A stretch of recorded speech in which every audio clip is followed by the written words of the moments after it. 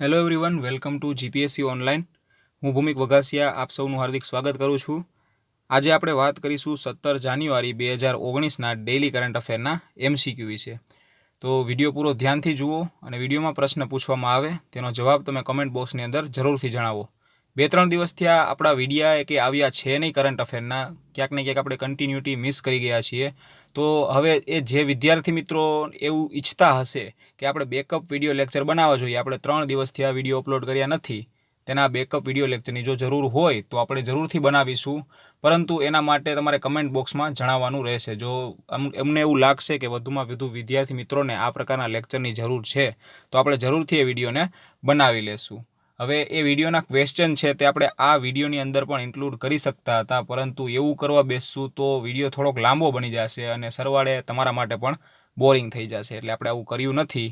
હવે આપણે એ પ્રમાણે નક્કી કરેલું છે કે જો વિદ્યાર્થીઓ કમેન્ટ બોક્સની અંદર જણાવશે કે બેકઅપ લેક્ચર લેવા જોઈએ, અથવા તો તમે બીજી કોઈ ચેનલમાંથી જોઈ લીધા હોય તો આપણે એવી કોઈ જરૂર છે નહીં, તો આપણે આગળનું જે છે હવે તારીખ વાઇઝ તે કન્ટિન્યુ કરશું। જોઈએ આ વિડીયોમાં પહેલો પ્રશ્ન।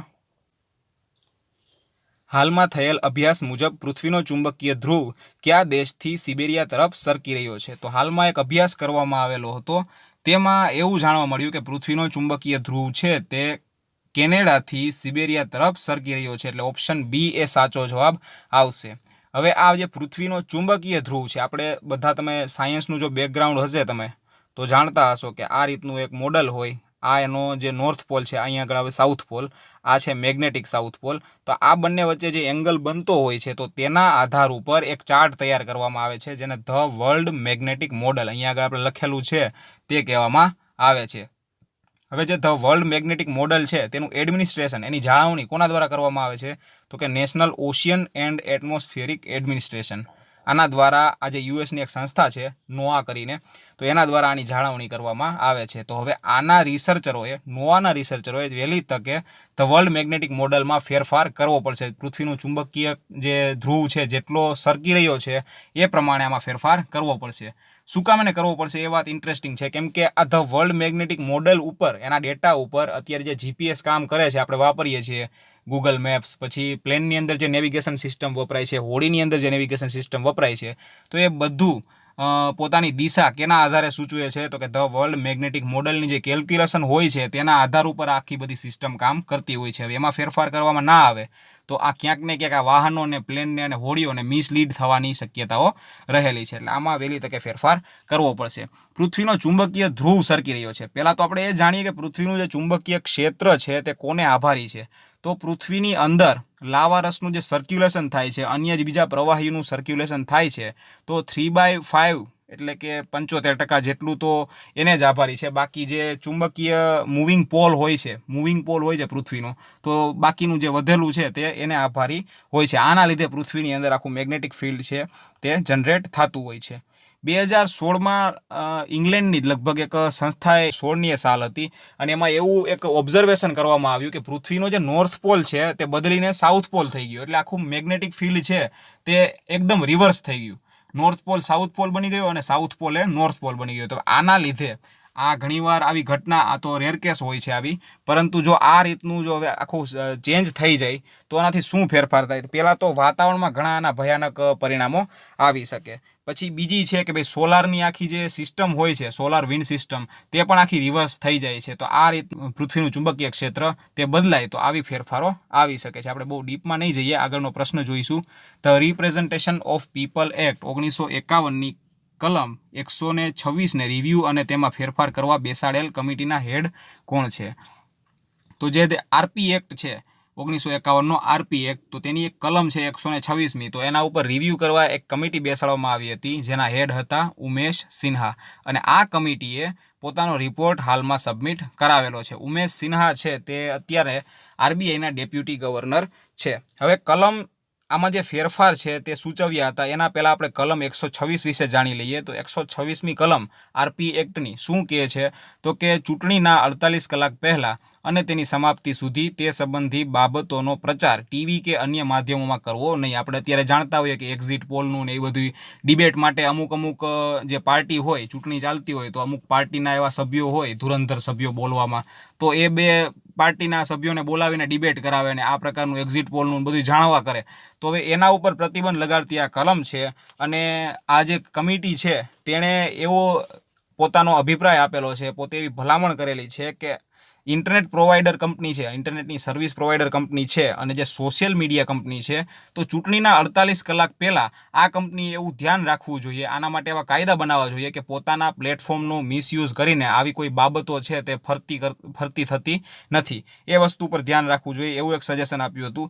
પછી 126મી એક પેટા કલમ એડ કરવી જોઈએ, 126(1) કરીને એક પેટા કલમ એડ કરવી જોઈએ, જેમાં કેમ્પેઇન સાયલેન્ટ પીરિયડ કરીને એક પીરિયડ હોય છે, કેમ્પેઇન સાયલેન્ટ પીરિયડ.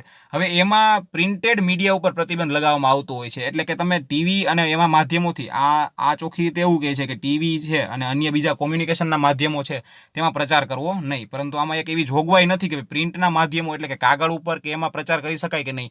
તો આ કલમ 126(1) એડ કરીને એવું કહેવા માગે છે આ કમિટી કે ભાઈ એવી બાબતો કે જે લખાણના માધ્યમોથી, છાપાથી કે કોઈ મેગેઝિનથી પ્રસારિત ન થાય એના માટે આ એક વધારાની કલમ એડ કરવી જોઈએ. પછી બીજું એ કે ભાઈ પાર્ટી છે, કોઈ પણ ચૂંટણીમાં ભાગ લેતી પાર્ટી છે તો 72 કલાક પહેલાં એને પોતાનો મેનિફેસ્ટો, એટલે કે જો ચૂંટણીમાં તે જીતશે તો કયા પ્રકારનું કાર્ય તે કરશે, તો એનો મેનિફેસ્ટો છે તે 72 કલાક પહેલાં રજૂ કરવો જોઈએ. એ પણ ભલામણ કરવામાં આવી હતી. અને બીજી એક 126મી કલમ છે તેમાં દંડની જોગવાઈ છે અને જેલની જોગવાઈ છે. જો આ કોઈ કલમનો ભંગ કરે તો એને જેલની 2 વર્ષ સુધીની જેલ થઈ શકે. અને દંડની જોગવાઈ છે, દંડની જોગવાઈ તો ભંગના આધારે હોય છે, પરંતુ જે દંડની જોગવાઈ છે તેમાં પણ વધારો કરવાનું આ કમિટીએ સૂચવેલું છે. આટલું આપણા માટે ઇનફ છે. ત્યાર પછીનો પ્રશ્ન જોઈએ. સીનો ઇન્ડિયા ડિજિટલ કોલાબોરેશન પ્લાઝા કયા 2 દેશ દ્વારા શરૂ કરવામાં આવ્યું છે? તો સીનો ઇન્ડિયા ડિજિટલ કોલાબોરેશન પ્લાઝા છે તે ભારત અને ચીન દ્વારા આ સંયુક્ત રીતે શરૂ કરવામાં આવેલું છે. કઈ કંપની દ્વારા, ભારતની કઈ સંસ્થા દ્વારા આમાં સહયોગ આપવામાં આવેલો છે? તો એ આપણે જાણીએ. નાસ્કોમ કરીને એક કંપની છે, national association for software and services company. શોર્ટમાં આપણે આને નાસ્કોમ કહીશું. અહીંયા આગળ આપણે લખી લઈએ શોર્ટ નામ નાસ્કોમ, NASCOM. આ નાસ્કોમ અને ચાઇનાની 2 મ્યુનિસિપાલિટી છે, એક ગુઈહાંગ અને એક દલિયાન. તો આ ત્રણેય સંસ્થાએ, નાસ્કોમ, ગુઈહાંગ મ્યુનિસિપાલિટી અને દલિયાંગ મ્યુનિસિપાલિટી, આ ત્રણેય સાથે મળીને સીનો ઇન્ડિયા ડિજિટલ કોલાબોરેશન પ્લાઝા છે તે લોન્ચ કરી છે. હવે આ જે પ્લાઝા છે તે મુખ્યત્વે શું કામ કરશે? તો કે બિઝનેસ સોલ્યુશન. અત્યારે ભારતની અંદર જેટલા બિઝનેસ ચાલી રહ્યા છે, ખાસ કરીને આઈટીને લગતા, તો એની અંદર જે પ્રોબ્લેમ થાય છે તો તેનું સોલ્યુશન આપવાનું કાર્ય કરશે. અને આ જે પ્લાઝા છે, કોલાબોરેશન પ્લાઝા, એમાં ભારતની એક આઈટી કંપની હશે અને ચાઇનાની એક આઈટી કંપની હશે. એના દ્વારા આખું આનું મેનેજમેન્ટ થશે. હવે આ એક પ્રકારનું પ્લાઝા એટલે એવું કંઈ બિલ્ડિંગ જેવું છે નહીં, પરંતુ એક પ્રકારનું પ્લેટફોર્મ છે, AI એનેબલ્ડ પ્લેટફોર્મ, એટલે કે આર્ટિફિશિયલ ઇન્ટેલિજન્સ યુક્ત પ્લેટફોર્મ છે, જેમાં બંને દેશની એક આઈટી કંપની આનું મેનેજમેન્ટ કરવાનો પ્રયત્ન કરશે. તો આ છે સીનો ઇન્ડિયા ડિજિટલ કોલાબોરેશન પ્લાઝા. ત્યાર પછીનો પ્રશ્ન જોઈએ. પાર્ટનરશિપ સમિટનું કેટલામું એડિશન મુંબઈ ખાતે આયોજિત થયું છે? તો પાર્ટનરશિપ સમિટનું 25મું એડિશન છે તે મુંબઈ ખાતે આયોજિત થયું છે. એટલે કે ઓપ્શન સી એ સાચો જવાબ છે. આ પાર્ટનરશિપ સમિટ વિશે વાત કરીએ તો કોના દ્વારા આયોજિત કરવામાં આવી હતી? તો કે department of industrial policy and promotion, પછી ministry of commerce and industry, confederation of Indian industry અને ભારત સરકાર તેમજ મહારાષ્ટ્ર સરકાર. આ 5 જે નામ આપેલા છે તેના દ્વારા સંયુક્ત રીતે પાર્ટનરશિપ સમિટ છે તેને આયોજિત કરવામાં આવી હતી. પાર્ટનરશિપ સમિટમાં શું કરવામાં આવે છે? કયા ફિલ્ડને લગતી તે છે સમિટ? તો કે આ એવી ઇકોનોમિક પોલિસીને લગતી એક સમિટ છે જેની અંદર જેટલા વિશ્વના અને ભારતના જેટલા એક્સપર્ટ છે, ઇકોનોમિક પોલિસીના એક્સપર્ટ, તો તેને ભેગા કરીને તેની વચ્ચે એક મંત્રણાનું આયોજન કરવામાં આવે છે. અને જે ઇકોનોમિક પોલિસીને લગતી જેટલી ઇસ્યુ છે, જેટલી સમસ્યાઓ છે, તો તેનું બેસ્ટ સોલ્યુશન લાવવાનો પ્રયત્ન કરવામાં આવે છે આ સમિટની અંદર. મુંબઈ ખાતે આયોજિત થઈ હતી, એ આપણે યાદ રાખવું જોઈએ. ત્યાર પછીનો પ્રશ્ન જોઈએ. ઇન્ડસ ફૂડ 2019ની થીમ શું હતી? તો ઇન્ડસ ફૂડ 2019ની થીમ હતી વર્લ્ડ ફૂડ સુપર માર્કેટ. એટલે કે ઓપ્શન બી છે તે સાચો જવાબ છે, વર્લ્ડ ફૂડ સુપર માર્કેટ. આના વિશે થોડું વધારે જાણીએ તો 14 અને 15 જાન્યુઆરી 2 દિવસ ગ્રેટર નોઈડામાં આને આયોજિત કરવામાં આવી હતી. અને ખાસ કરીને ફૂડ એન્ડ બેવરેજીસ એટલે કે આપણે જે ખાણીપીણીના ફૂડ પ્રોડક્ટ છે, જે પડીકાની અંદર આપણે ઉપયોગમાં લઈએ છીએ, બેવરેજીસ એટલે કે કોલા, બીજી કોઈ ડ્રિંકના સાધનો, તો આ બધા જે કોલ્ડ ડ્રિંક્સ ને એવું બધું છે, તો પેકિંગના મોસ્ટ ઓફ પેકિંગના જે ફૂડ છે, તો એમાં ભારતનું એક્સપોર્ટ વધે, વિશ્વની અંદર ભારતનું એક્સપોર્ટ વધે, તો એને એક પ્રકારનું એવું પ્લેટફોર્મ આમાં આપવામાં આવ્યું હતું, જેથી કરીને આ ક્ષેત્રોમાં જેટલા પણ ઉદ્યોગો કાર્યરત છે તો તેને સહાયતા મળી રહે. તેને બીજા જે વિદેશમાંથી પણ બોલાવવામાં આવેલા હતા એક્સપર્ટને, તો એના દ્વારા માર્ગદર્શન બરોબર મળી રહે, તો એના માટે આને આયોજિત કરવામાં આવી હતી. ગ્રેટર નોઈડા ખાતે 14 અને 15 જાન્યુઆરીના રોજ આ જે ઇન્ડસ ફૂડ 2019 છે તે આયોજિત થઈ હતી. ત્યાર પછીનો પ્રશ્ન જોઈએ, હુનર હાટનું આયોજન કયા મંત્રાલય દ્વારા કરવામાં આવ્યું હતું?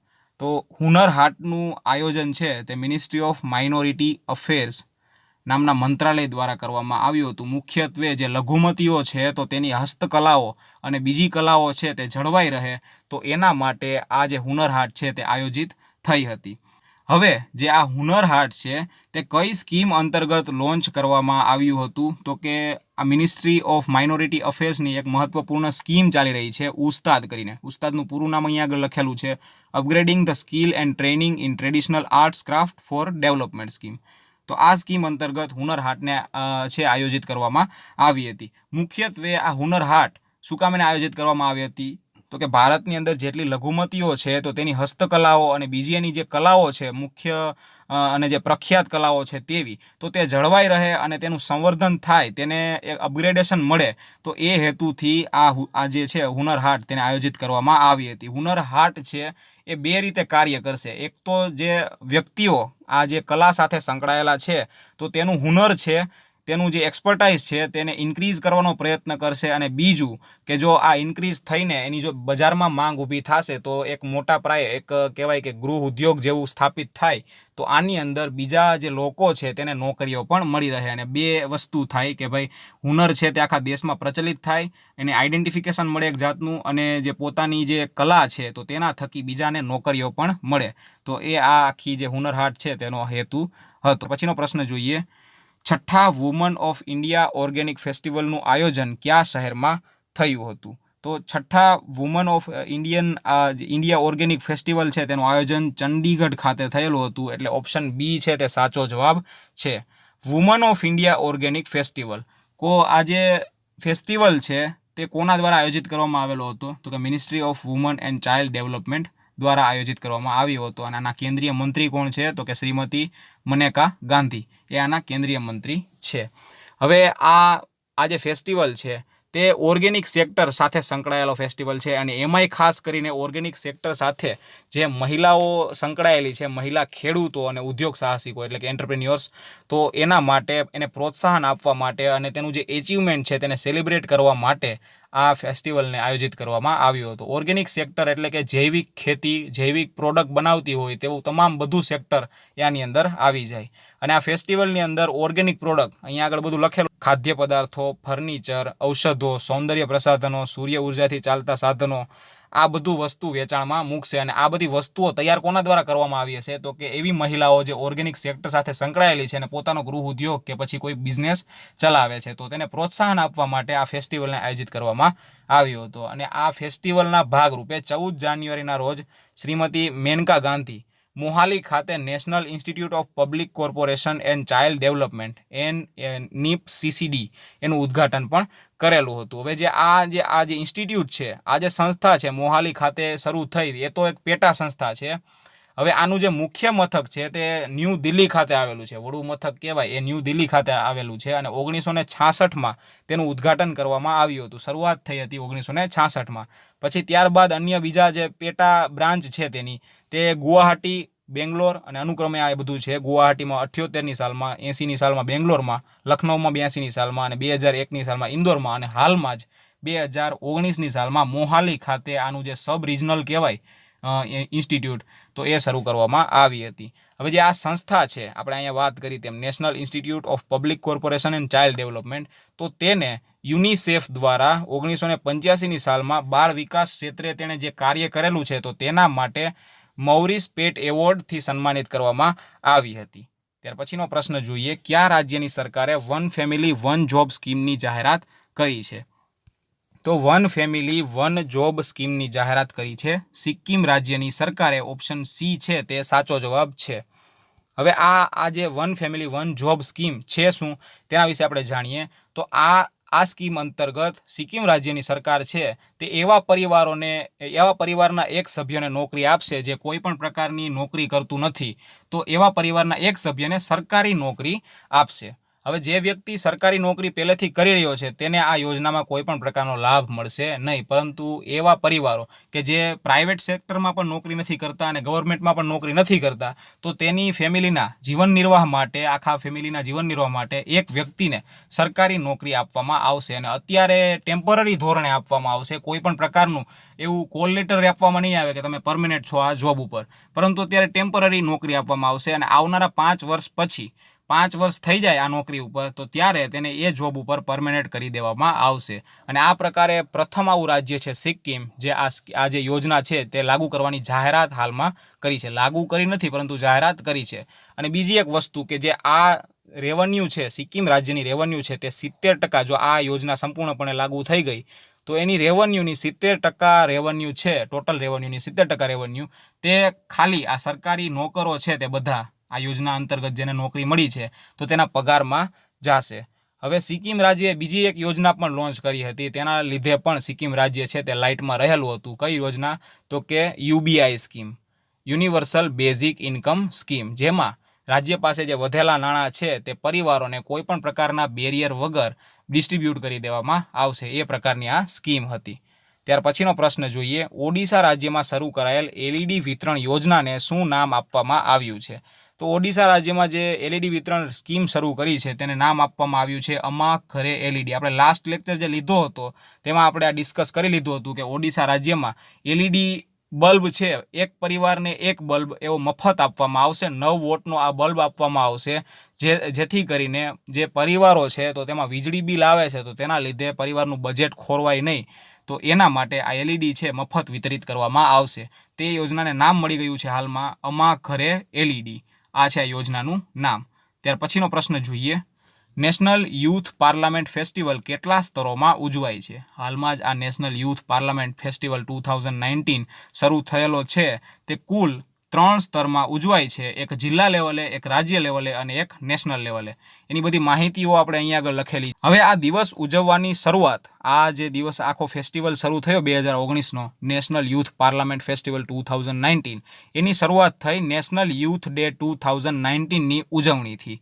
અને આ જનરલી કોઈ પણ ફેસ્ટિવલ હોય, કોઈ પણ રાજ્ય સરકાર કે ભારત સરકાર દ્વારા અથવા વિદેશી કોઈ સંસ્થા સાથે મળીને કોઈ ફેસ્ટિવલ એવો આયોજિત થતો હોય તો એની એક થીમ હોય છે, થીમનું નામ એક જ હોય છે. પરંતુ આ ફેસ્ટિવલ છે તેમાં 2 થીમ છે, be the voice of new India અને બીજી એક થીમ છે find solution and contribute to policy. આ છે આની 2 થીમ. હવે જનરલી આ ફેસ્ટિવલને શું કામ એને આયોજિત કરવામાં આવ્યો છે? તો કે ભારતનું યુવાધન છે તે ભારતની પોલિટી પ્રત્યે જાગૃત થાય, અને બીજું છે કે ભાઈ સામાન્ય જનતાને જે મુશ્કેલીઓ પડે છે, જે ઇસ્યુ છે પબ્લિકના, પછી પબ્લિક કયા દ્રષ્ટિકોણથી, એનો પોઈન્ટ ઓફ વ્યૂ શું છે, અને પબ્લિકના ઓપિનિયન, આ બધાને સ્પષ્ટ રીતે પોતે રજૂ કરી શકે. તો એ માટે યુવાનોને પ્રોત્સાહિત કરવા માટે આ ફેસ્ટિવલ આયોજિત કરવામાં આવે છે. આપણે વાત કરી તેમ 3 સ્તરમાં ઉજવાય છે. અહીંયા આગળ લખી લીધેલું છે district youth parliament, state youth parliament અને નેશનલ યુથ પાર્લામેન્ટ. એમાં 3 સ્તરોમાં આ જે છે ફેસ્ટિવલ તે ઉજવવામાં આવે છે. તો અહીંયા આગળ જેટલા પણ કરંટ અફેરના પ્રશ્નો છે તે પૂર્ણ થાય છે. અને વિડીયો તમને પસંદ આવ્યો હોય તો વિડીયોમાં લાઇક કરો, વિડીયો તમારા મિત્રો સાથે શેર કરો અને વિડીયોમાં કમેન્ટ જરૂરથી કરો. અને કમેન્ટમાં તમારે એ જણાવવાનું છે કે આ પાછળના 3 દિવસના આપણે લેક્ચર મિસ કરેલા છે તે લેવા જોઈએ કે નહીં, એ તમે કમેન્ટમાં જરૂરથી જણાવો એટલે અમને ખબર પડે કે અમારે પ્રિપેર કરવા જોઈએ કે નહીં. તો અહીંયા સુધી રાખીએ છીએ. અહીંયા આગળ આપણે આ વિડીયોને સમાપ્ત કરીએ છીએ. Thanks for watching video. Keep learning, keep sharing.